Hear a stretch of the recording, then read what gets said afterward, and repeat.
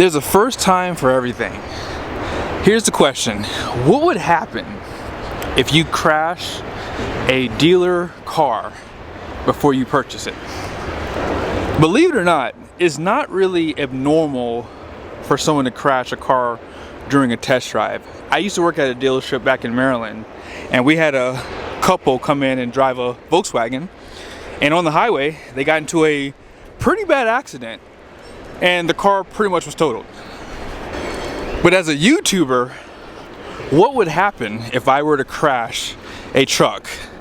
Let's go take a look at the one that got crashed over here. Now, I'm pretty sure some of you guys are gonna get mad at me because you're like, you're clickbaiting again. So yes, I didn't crash a truck, but someone did. So here it is, 2024 Ford Super Duty. It's an F-250. And you guys can pretty much see that got some pretty bad damage on this side. Just to make sure you guys can confirm, it is a new truck. Window stickers right here. And you can pretty much tell that someone had a very interesting crash. Now, I did get some intel on this. From the looks of it, you can probably tell what happened. Looks like someone backed into the truck all the way out to the back, pulled off the bumper right here, and voila. So if you were to crash a car at a dealership on a test drive, because again, like I said, it's not abnormal for this to happen, you have insurance. And a lot of times before you're able to test drive a vehicle, especially a really nice one, they'll ask for your driver's license and your insurance. That way they know that you have some type of coverage in the event that something bad like that happened. And there is that rare case where a salesperson forgets to get a copy of the driver's license and insurance card, and then guess what? The dealership would be liable. That's why dealerships have to make money. I will say a lot of people do get on dealerships for being greedy, but I've worked in the car business, and I will tell you, sometimes the customers are worse than the dealers that you hate. Just saying, I've had people just absolutely do the wrong things, and it messes it up for everybody.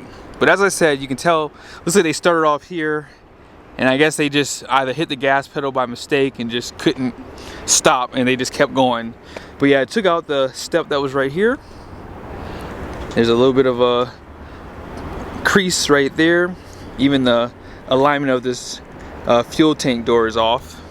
A little bit of rash, and it pretty much goes all the way down the side. Looks like an SUV might have hit this too. A little bit of damage on the center cap, and you can just tell that they scrubbed up against the tire, so there's not really any damage on the wheel per se.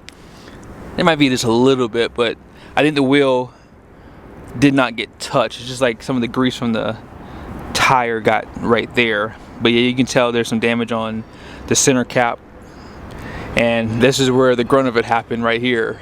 So this is aluminum bed, and then this is where boom, hit, really took out that tail light right there. All this got pushed in, and then out back here you can tell where this bumper just got pulled out from where it was installed there. Under here, it doesn't look like there's not much damage. You see some of that aluminum right there. And it doesn't look like the wheel got pushed in or anything either, so I think that might have got saved. But yeah, there's probably, I would say, a new bed's gonna have to be installed. So this could be anywhere between $5,000 to $10,000 of damage here. New bumper, of course, it can't be salvaged, and of course a new tail light here. The bed seems to be fine, or I should say the tailgate. And yeah, like I said, all this has to be replaced. But at the end of the day, if this does happen, if you don't know this, a dealer does have to report whether a truck has been in an accident. So if someone were to go buy this truck, the dealership has to disclose if this happened to it. And so they would just say, oh yeah, the truck was in an accident, or it had some major damage at the lot. They would have to tell you that the truck has had repairs, because obviously it's good to be transparent about things like that. Now, I do know there are some cases where dealerships will forget. But yeah, in most cases, all the dealerships I've ever worked at, whenever we had, even when we've done like, you know, like repairs, like a scratch, like sometimes when trucks, cars, whatever get shipped to the dealership, on the way there you'll have some damage that happens, you know, either at the rail yard or just through transport, and we have to disclose if we've had any damage repaired. So the black dually that I had, I don't know if you guys remember that truck, I'll show it to you here if you did, because I always miss looking at it, so I'm sure you guys like to see it.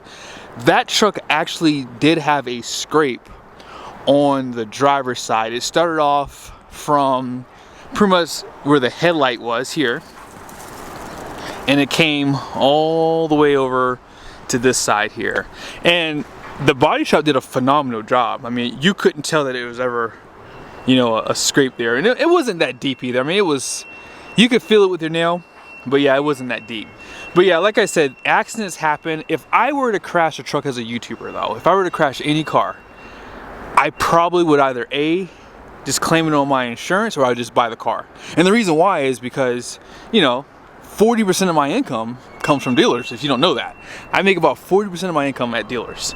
So if I lost that relationship, then it could hurt me financially. So I would just allow the dealership to tell me, hey, what they want me to do. If they said, hey, either just fix the truck for us, get it repaired under your insurance, or pay out of pocket, or like I said, I would just probably just buy the truck and just, you know, keep it for a little bit and then, you know, cut my losses in my business. But yeah, accidents happen, and one thing I've learned is it's always good to take responsibility when you do stupid things. I mean, this happened for our customer, so they can just claim it on their car insurance because they hit it with their car, and therefore they would just have the liability just having it fixed. But I hope you guys liked the video.